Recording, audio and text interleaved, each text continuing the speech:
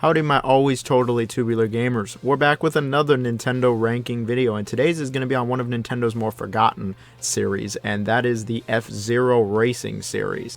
Now, F-Zero is a series of futuristic racing games originally created by Nintendo. However, since then there's been a bunch of other games not created by Nintendo. The original game was released back in the 90s on the Super Nintendo and was just known as F-Zero. And after the success of the first game and basically creating the futuristic racing genre as a whole, Nintendo would greenlight several more games, and the series protagonist Captain Falcon would get into Smash Bros. And is probably the most well-known thing about F-Zero is it's Captain Falcon and the Falcon Punch. And I could see why someone in the modern day would think that. See, F-Zero has not actually had a brand new game since 2004, and that was F-Zero Climax, and it was only released in Japan. Nintendo has just really completely forgotten about F-Zero, it seems, at this point, and people have been clamoring for another game for ages. And I have as well. F-Zero's really become the poster child for series that Nintendo just completely really forgot that they even had, except for occasionally dragging its corpse out for like Nintendo Land or Smash Brothers. But that's not what today's video is about. Today's video is about celebrating F-Zero and the games that we do have. It's F-Zero Appreciation Day, that's what it'll be. I quite like F-Zero. I think it is a very unique series of racing games. Again, it basically did create the futuristic racing genre, which does have other games besides F-Zero and Wipeout, I assure you. And I've been playing F-Zero a long time. Naturally, I was introduced to the series like how most people were, with Super Smash Bros. And Captain Falcon, but I would go and play FZero X and FZero GX, and then eventually would get around to playing all of the other games. And you know, I gotta say, there is no bad F-Zero game. All the games on this list are quite good. Some of them obviously quite a bit better than others, but there is no bad F-Zero game. And all of these games are very fast. This is probably the fastest series of racing games ever made. I really can't think of what else would even come close to it other than maybe Wipeout. Like, it's a really fast series of racing games. So we're going to be ranking these games based on a couple things, you know, the quality obviously, how well does it age, how does it control, how are the tracks, is it easy to come back to, is the game stupidly difficult to the point that it's just too much? All of these things will be looked at. Also, we will only be looking at the games released in the West. No Japanese exclusive F-Zero games here. Let me know your favorite F-Zero game in the comments, like, share, sub, all that good stuff. Let's just get down to brass tacks, which is the weakest of the F-Zero games. I think the weakest of the F-Zero games is F-Zero Maximum Velocity for the Game Boy Advance. Now, Maximum Velocity really looks at F-Zero on Super Nintendo and really tries to pick up where it left off. And honestly, it does feel like the natural progression of the Super Nintendo game if the series didn't go 3D. However, the setting is kind of weird. It's really odd. Captain Falcon isn't in the game, or the Blue Falcon at all, which is like, wait, what? Okay, so interesting character roster aside, this game plays pretty alright. The game is incredibly fast still, and the game has decent controls. The controls aren't as tight as I'd like. They aren't as tight as, say, the Super Nintendo game, but they're okay. It feels just a little too slippery for me. This game is also, like, really hard. Like, one of the hardest games in the entire series, and the controls are not making anything easier, and it can be kind of alienating and a little frustrating. And part of that really is the controls. I feel like if the controls were a little better or tighter, it wouldn't be as hard. The other part is the tracks. The tracks in this game are not messing around, and there's some tracks in this game with a shit ton of ice, and these can just go jump off a cliff, die, and never come back in that order, because these are just awful. These are incredibly difficult, frustrating, and annoying. In fact, the track selection in this game is really what I think is the weakest part of the game, aside from the character roster, is I just didn't think they were all that memorable or all that great. I didn't think anything stood out all that much, and I thought it was just okay. I thought it was like, yeah, this is sufficient enough. It's just alright. I mean, the game is still a good racing game, and it still does have a pretty alright soundtrack, but I just think it really pales in comparison compared to the rest of the series. But the game is still alright. And here we have the original F-Zero. Now, the original F-Zero was pretty revolutionary in a number of different aspects when it came out. It was a launch title for the Super Nintendo, and it was the first game to use their brand new Mode 7 graphics to create this kind of 3D illusion. The game was still 2D, but it really gave off a 3D illusion. And you know, even nowadays, it still does look pretty cool to look at. And along with these nice fancy 3D illusion graphics, we have some really high speed racing action. This is a very fast racing game where you're doing these sharp turns, you're going past people, you're boosting, pretty crazy. And in my opinion, this is the best racing game on the SNES and is actually aged decently well and is aged a lot better, I think, than most Super Nintendo racing games. The controls are still pretty solid. It's really tight. It's tighter than even that game I just mentioned. And everything in this game is very clear. It's very easy to see, unlike Super Mario Kart these days. Now, I've already mentioned it, but this game was innovative for really creating the entire subgenre of futuristic racing games, which is a pretty fun subgenre. I actually really do like futuristic racing games, along with F-Zero, of course. Now, this game's tracks and courses, really, are actually really well designed. It's one of the game's biggest strengths and do have some variety, despite the age. And this game, it's still hard as balls. Like, this game kicked my ass a bunch. The AI do not mess around. They are very aggressive. There's only a few characters, but they're all very memorable because they're all going to kick your ass. Like, this is one of the hardest racing games ever, and it's probably the hardest on Super Nintendo, but it still is very fun, and it is very fast. And this game has been re-released many times over the years, so if you want to go and play it, you absolutely can. And you know, I think it's worth going back and playing all these years later. It really has aged well, it still plays pretty well, and it's still fun. I mean, I still genuinely had a good time. It is strange that there's no multiplayer, but it is fun. And sliding into the number 3 spot, we got FZero GP Legend for the Game Boy Advance, and this was the last F-Zero game released in the West. We haven't had another game since. GP Legend really looks at the original F-Zero and Maximum Velocity and tries to pick up where they left off and make it bigger, faster, better, and it really does do that in my opinion. I think it is all of those. Like, this game is stupid fast. It really looks at Maximum Velocity and says, how do we crank that up? How do we make it more like the original, and how do we make this better? The story and setting is pretty weird. It's not connected to any of the old F-Zero games. It's actually based off the F-Zero anime, which I didn't even know existed until I played this game. It has almost everyone actually from GX and a new character or two. The story missions are here as well, along with the Grand Prix, but they don't really compare to the actual racing in my opinion. The story missions, they're a nice touch, but they're not the main focus. I think the Grand Prix really is the main focus here, and I think it's the most fun I've had with the entire game. And when it comes to the racing, the controls are much better than they were in Maximum Velocity. These feel just as good, if not better actually, than the original Super Nintendo game. Like, these feel really tight, all the cars turn exactly how you think they would. It feels really nice, and a lot of that ice is gone, thank God.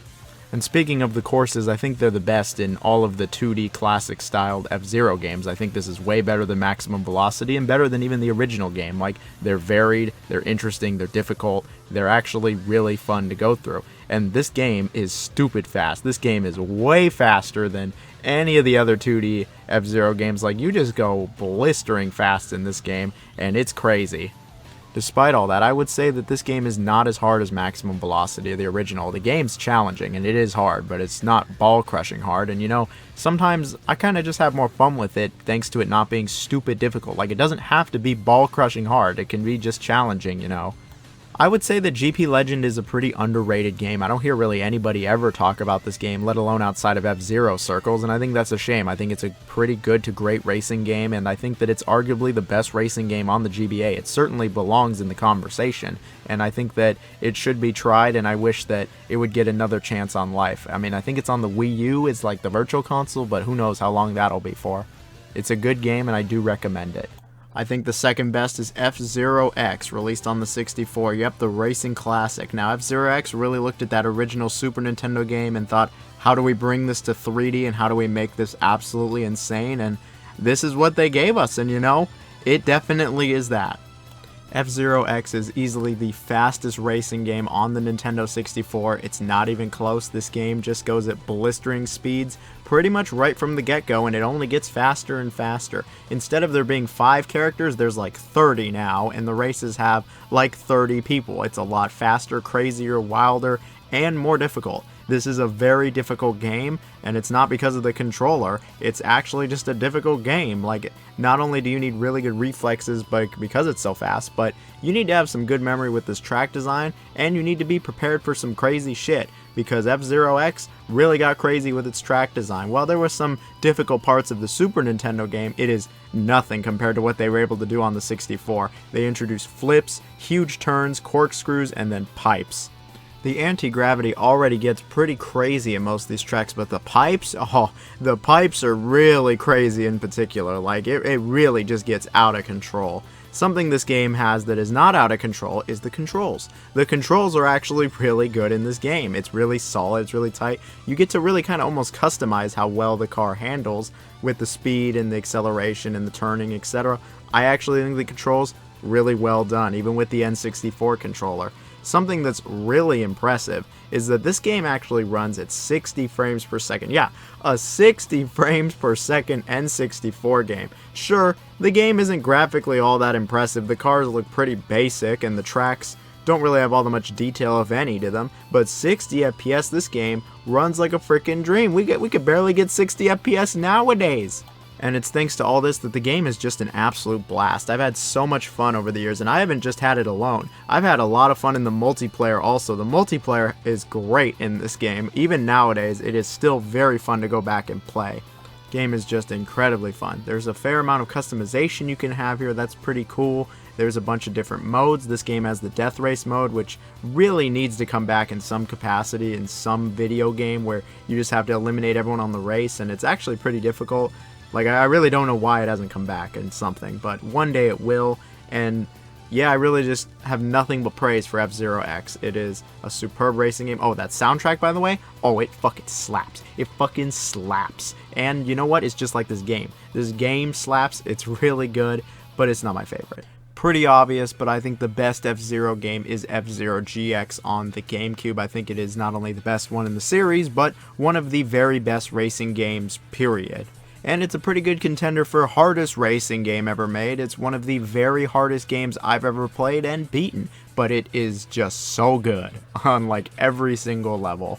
They really just took FZero X and just blew it wide open. Like, they made it just awesome. Like, Nintendo actually didn't develop this game. It was by Sega. It was their first crossover, and they just looked at FZero X and were like, how do we make this fucking awesome? And this is exactly what they did. They made the game look incredible. Like, the game looks fantastic. It runs at a solid 60 FPS still. It runs super fast. They made the game super crazy fast. You go at insane speeds. They made the tracks crazier than ever before with all the crazy shit from X and all the anti-gravity stuff times like 5. Like, it is out of control with the best soundtrack in the series, a story mode, and a ton of characters, tons of unlockables, extensive multiplayer, even more extensive customization. Like, this game has it all.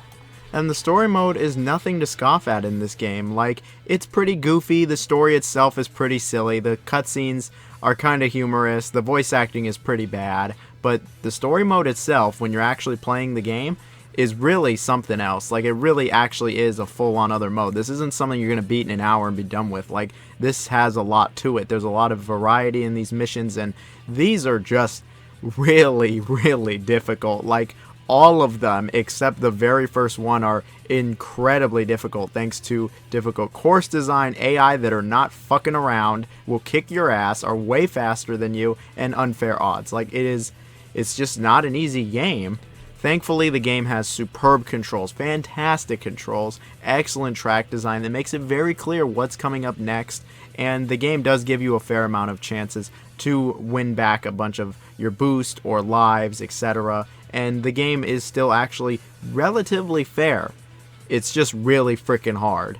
Of course, you got the Grand Prix and some single races you can do. That's all well and good and still incredibly difficult. You get to buy customization parts and customize your entire vehicle this time, which is pretty cool. There's tons of unlockables, including multiple different characters, and some super secret characters that you'll probably never get without Action Replay like I did. Multiplayer returns, and it's the same as X, but it's a little bit better since I think GX is a better game. Soundtrack absolutely bops. It slaps. It slams. It's just all around, top to bottom, fantastic soundtrack that is still in my head nowadays, and I actually still do listen to it nowadays. Like, the shit's still good. And coming back all these years later, I mean, it seems pretty alright to come back to me. It's aged pretty well. I mean, I had no problem coming back, playing it some more, and being like, wow, This game still absolutely holds up. It's still fantastic. They've just never made another futuristic racing game like this before. There are some other really good ones out there, like some of the best Wipeout games and FZero X, but GX is just the king in my opinion. It was also released in arcades as AX, and I have tried this. It was at an anime convention I went to. It wasn't even when I went to Japan I found it. It was at an anime convention. That's fine enough. I mean, I don't really have much to say about that. But GX, yeah, GX is just great. It's probably my favorite racing game on the GameCube, or it's up there with Double Dash. Like, it really is that good. FZero is like one of Nintendo's more consistent franchises. They had like 5 games, all pretty good, and then that was it. Unfortunately, we haven't gotten any more games, which is really unfortunate. I hope that changes, and I hope this list is outdated one day, because we really could use another F-Zero. We don't need any more Mario Kart F-Zero shit. We need another F-Zero. Like, that's ultimately what I think we need. Let me know in the comments below. That's it for this video. Tell me all about your F-Zero memories. I'll see you all later. Bye-bye.